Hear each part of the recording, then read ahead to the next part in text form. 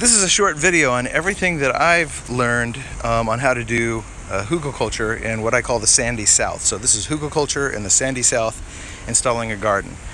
The first thing that we do is we remove the grass and the little bit of topsoil that we have. It's normal not to have a lot of topsoil in the south because in our zone we're basically warm temperate all the way to the tropics.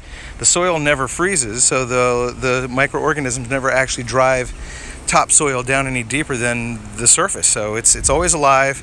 There's never a reason to store away any material or goods for later, and so the topsoil doesn't exist. It's all represented in the fertility of the plants on the surface. So once you remove the plants, you kind of have to put something back or wait for pioneer plants to come and do that for you.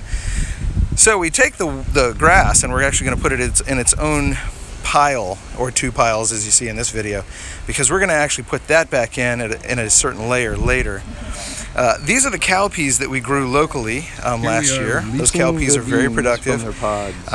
We get a bunch of them, we pick them, takes a long time, but then we can basically separate them from their husks. We're not really worried about separating so much as just releasing them from the husks, and we're going to put those on later. But get those soaking in water now. Fill them up, fill that bucket up and soak them so they puff up as much as possible.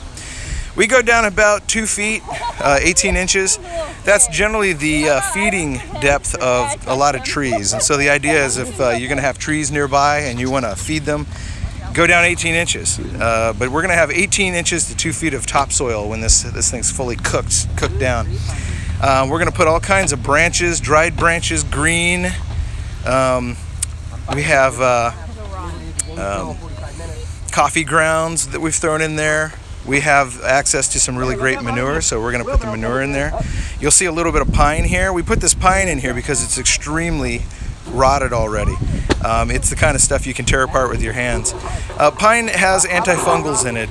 Camphor has antifungals in it. Things that'll actually keep the fungus from tearing the wood apart. There you go. So we don't use a whole lot of it, but we can use some. Now here's manure. We get that manure from a local farm where it's untreated hay and for the horses, and they eat only organic kitchen scraps. And so we've thrown a bunch of wood chips down on top of the wood, coffee grounds, and now manure. So this looks like the whole pit's full of manure. It's just top dressed right at this point. So now we're going to take that grass and we're going to throw it back in, preferably grass side down, roots up. And this will break down and become the most amazing topsoil, no, it won't be topsoil, it kind of will be, but the most amazing soil. And it'll all be under your hugelkultur mound, right where the roots are. What's nice about the wood and all this breaking down of materials is that the earthworms and subterranean life are going to come in, the fungus is already there, and in their very act of eating all this material that you're giving it, it's going to be leaving earthworm castings and mushroom compost right there where your plant's roots are going to be. We're going to water it in. If you have water, this is the time to water it. I really don't water these things after we're done with them, ever. I mean, it's very rare I've ever needed to water anything after I put them in a hugelkultur mound. Maybe a couple of days when you first put the plants in. But honestly, you really probably don't have to. And I say probably, you know, every situation is going to be different. But I have rarely had to water, so I'm really happy about that. We threw a little bit more wood chips and a little bit more manure and a little bit of dirt back on, so we're layering it again.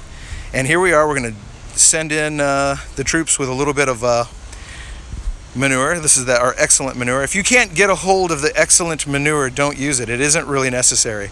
I've planted plenty of these without the use of manures, and everything was fine. So because I use this stuff on this layer, because I have access to the best stuff, I feel like it does help the garden get started faster. But that's it. It's just getting started faster. If you have patience, you just keep making gardens. By the time you turn around, they're all awesome. We've put little ridges. We've covered it with the rest of the dirt, by the way, and we've put little ridges in here to give it texture, to keep the rain from just running off and eroding so that it'll actually soak in. We've taken we've taken the cowpeas, and we've actually broken them all up and we've thrown them all over the mound. This may not even be as many as I normally use. I like to have a bean per inch. It's really about the root mass, not about the nitrogen fixing. So now, here we are at the very end here. We're going to take this hay and we're going to make it about 8 to 10 inches thick, and that's going to keep the rain in. It's going to get the sun will actually hit the rain, it'll hit the hay, and it won't evaporate away the water. So this is what's going to keep our mound nice and moist.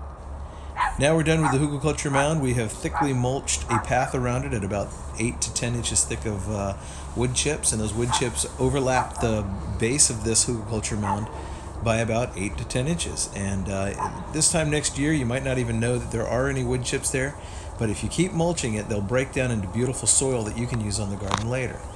And if you were going to put a new garden in, you'd put it in right here and mulch it thickly on the other three sides. That's it. Enjoy your gardening.